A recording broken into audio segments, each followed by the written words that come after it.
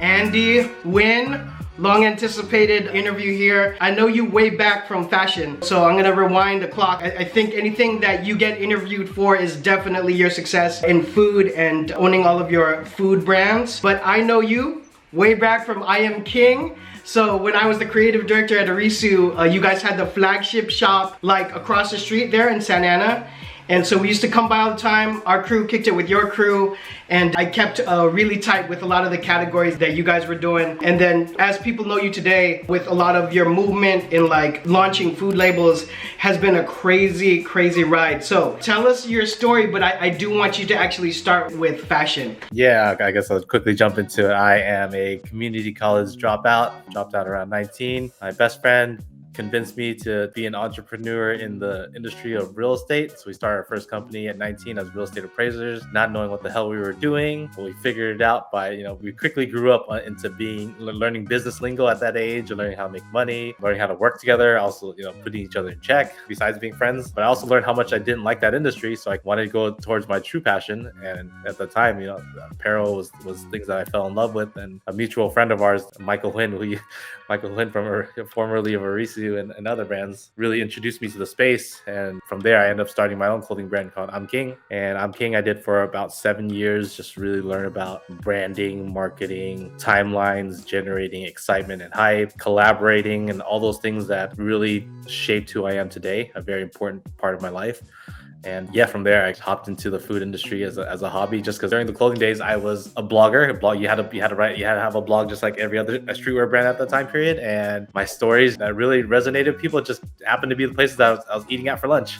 Right, I was eating at somewhere different every day, and people just kept replying back, "Hey, that place is amazing. Thanks for recommending that. Can you tell me your top places in this city or here?" And then from there, I just figured, I was like, I guess I have a knack for knowing what good food is, where to eat. Yeah, what to eat. And I just kept exploring, and that led me into me seeing different things that we didn't have in Orange County at the time, from where I'm from. And I saw these cool ice cream stores all over the place that had artisanal flavors, and I was like, what? I didn't know you could turn these flavors into ice cream. Like, that's pretty crazy. But I wanted to bring something approachable and kind of like my flavor to the ice cream world, right? Through branding, lifestyle, the flavors that we chose. Because I was like, I'm not a chef, so I wouldn't put out these tomato crazy lobster flavored ice cream, but I would do things that I like. I like drinking boba, so I made a jasmine milk tea. I wanted something colorful, so I had a blue ice cream called a Cookie Monster. Like a lot of those things that kind of just brought together. And that was the birth of After's Ice Cream then? Yeah, that was the birth that led into my first venture into the food world. And so, God, I have so many questions for you, because everyone that knows you, probably watching this channel via your following, they know what kind of work you're doing. But the reason I'm bringing it back to fashion is I think fashion is one of the toughest businesses like in the world, because I talk to brands every day about it. But I can see where you have that grit and that idea of marketing and that fresh perspective that you then brought into kind of the food. And so started with After's Ice Cream, but how many like labels are you working on or affiliated with or have founded? Definitely well over 12 brands now. Some I stay behind the scenes and just runs itself, and others that I'm the front facing of the brand. There's a lot of different things we do.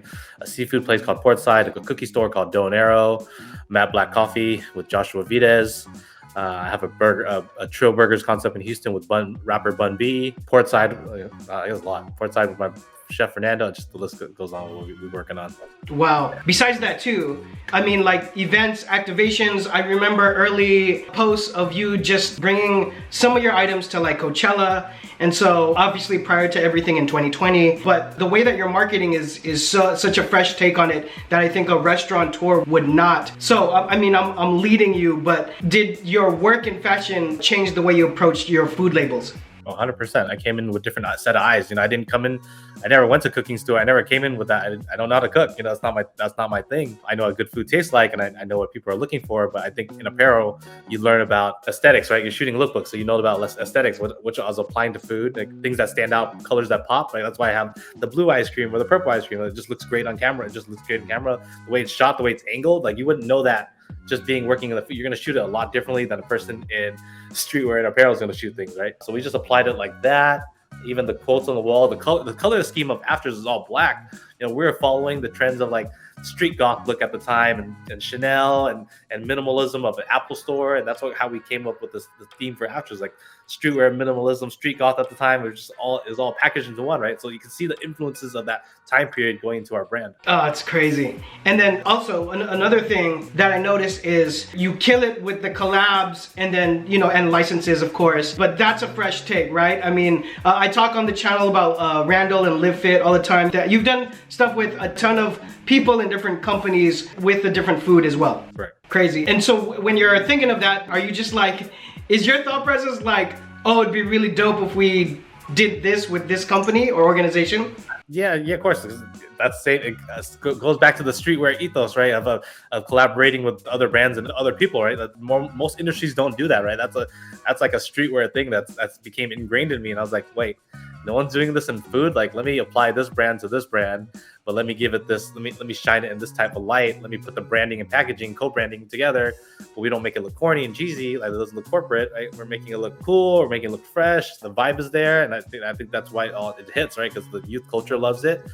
There's something, instead of just they're not just buying a t-shirt now they can actually eat the product. So it's different, food travels in different ways, and I'm just hitting it with the culture that I grew up in. That's so amazing. This is honestly a great case study, just because I have conversations on my channel where I say, if your brand doesn't make it, a lot of what you learn in the skill setting might be for a brand later, and it might not be in apparel. And so it all goes somewhere, but then you're the greatest case study of bringing, and I Am King did really well for many seasons, for many years. Like, it hit success. But for you then to transfer it to like starting with After's Ice Cream, and that case study alone, one person might say, this is what I do, and then you continue to do label after label. Like, I think I was talking to Janelle, and I was just like, that man is crazy. Like, you could have stopped. I mean, at this point, there's different motivations and there's levels to the game, but you just keep going and going. I mean, like, going anything from like ice cream, donuts, sandwiches, like, bringing Asian food into a whole new fusion. So what is your motivation now? I feel like you could have stopped at label 3, and that's not a money thing at that point, but how do you look at the way you curate or decide who you're working with now? I'm surrounded right now. I'm in a place where even right now, right? I think I'm hungrier than I've ever been, right? I think I'm more driven than even when I first started the project, right? I think I'm way sharper. At my confidence level is at a different level than I've ever been. Just because I'm surrounded by so much talent. I'm surrounded by so many driven, and the energy is like, you rarely, a lot of times, like throughout my time, I've had my ups and downs, right? Even through the food industry. Like, I've been through good partners, bad partners, and I've seen so many of it. But I've reached this point now where the energy is at an all-time high, where it's crazy, and I'm like, man, it's funner than ever, and it's more unique, and obviously it weaves into my next career, which is tying it to the Web 3.0 world, right? And that's super exciting in its own, and that's drawing me in and making me feel like a kid again in a different way. So that's what drives me to keep going, because I feel like my best work is still ahead of me. That's why I still go crazy. Dope. So obviously, besides your audience, people on my channel are starting brands, in the middle of brands, or maybe stuck on brands, and I feel like in many iterations you've been on every single phase of that, and you've definitely seen success. So what piece of advice would you give to someone that's starting a brand? I think most people put out there is like, find your voice, right? So it's really difficult. It took me a long time to find my voice. Even when I started I'm King, I don't think I really understood what it meant until like near the end of it, near the tail end of the brand being there, right? But obviously, as I approach brands now, that's like the first thing that I'm putting together, right? Like the brand voice, the brand identity, just really understanding myself, what separates me from everybody else, and also finding my niche in there, right? Because you got to find what works, right? If I'm too left field, no one might get it, right? It just doesn't hit. I'm in a comfortable space where I found a fitting where the masses likes it, and I still find my fitting where I'm still doing something I'm passionate and not selling myself, but just trying different things, is trying until something sticks, right? Something sticks, you're like, either if you love it, keep running with it. If you don't, then weave to something else. Oh man, gold. Bro, I want to thank you so much for taking time. You got the craziest schedule, I know, because outside of this, we're homies and we talk, so I know you have a crazy schedule. I appreciate everything you're doing for the culture, for multiple cultures, actually, not just fashion and food, but Asian culture, minority culture, entrepreneurship culture. Okay, you have 1 million affiliations. Where should people reach out to you to follow your journey? Yeah, you can follow me on my personal socials on all social platforms at Andy the Nguyen. Yeah, and look out for the new projects that I have coming up.